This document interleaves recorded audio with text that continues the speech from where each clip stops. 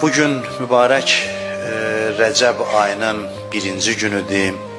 Bu günlər münasibəti ilə hər birinizi təbrik edirəm. Allah bu ayın feyzindən, bərəkətindən, rəhmətindən bizi binəsib eləməsin inşallah.